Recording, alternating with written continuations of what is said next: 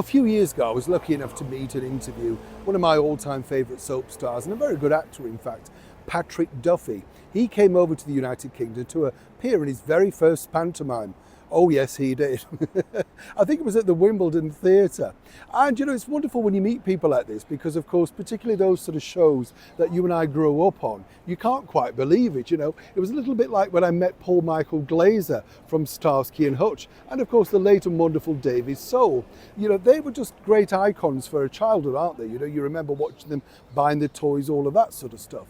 Now, what was interesting when you get into these particular chats is what could have been, what might have been, because, you know, you think you know everything about the TV series, and then you realise actually you don't know that much at all, because the story behind, and I'm sure many people like me find this fascinating, is the story behind the hit shows. You know, when you think about in the 1980s, we had so many, didn't we? Falcon Crest, Knots Landing, who also enjoyed in the 90s Melrose Place, Dallas Dynasty, all of that sort of stuff.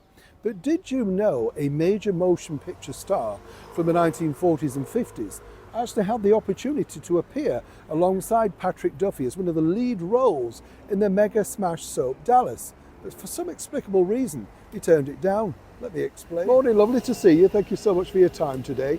And as ever, welcome one and all brand new subscribers. Now, who remembers this man?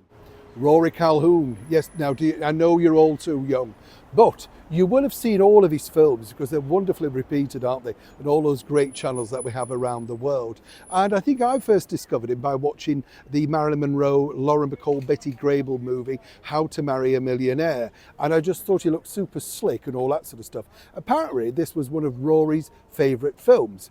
Really, he sort of shot to fame throughout all of that period, having come to prominence by signing to 20th Century Fox in the 1940s.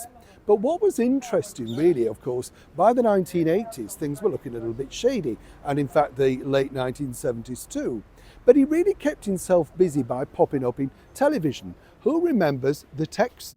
Now, this was a great TV series put together for him by a production company. And the bottom line really was that he went from town to town and things happened with him and all that sort of stuff. Now, what was interesting here is, although that series did well, it didn't do well enough, sadly, they decided to cancel it by the early 1960s. And Rory Calhoun then became, as many major motion picture stars, was a sort of jobbing actor, popping up in all manner of TV series like Armchair Theatre, Hitchcock, that sort of stuff. By the 70s, he was appearing in other things like Gilligan's Island, Starsky and Hutch, that type of show. That's where Paul Michael Glaser told me this particular story. You see, like Patrick Duffy, you also back this up a little bit later on.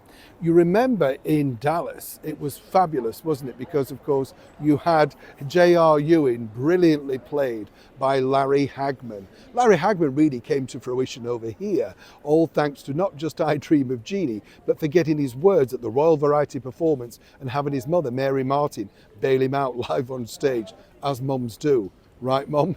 But interestingly, what could have been was this. You see, to play the role of Jock Ewing originally was, well, the bosses wanted at Lorimar TV, Rory Calhoun. And he basically didn't kind of like the idea. I think he felt that he played enough sort of Western Texans cowboys. According to Paul Michael Glaser, he said it just wasn't his thing. You know, he'd done that enough. Obviously, he had no idea just how exciting and how long and how lucrative Dallas would have been. Patrick Duffy, as I said, who came over to London to star in his very first pantomime, actually backed the story up and said, yep, that was the story on set, and that's the reason why they recast that particular character. Now, I throw it over to you because it's just a nostalgia thing, isn't it? First and foremost, would you have still watched it? And would it have been a totally different programme with a megastar of that era, like Rory Calhoun? What did you think? Did you like his movies? Did you ever sign up for an autograph for him or a signed picture from the studio? He was absolutely huge in his day. And it's strange to think, isn't it, how the wrong sort of turning, even at that age, can make it all wrong. He did sign up eventually for a soap opera called Capital, but sadly it didn't last as long or as lucrative as Dallas. As ever, lovely to share these nostalgic stories with you. Please, could you like, share and respectfully comment. Neil Sean, Hyde Park, London.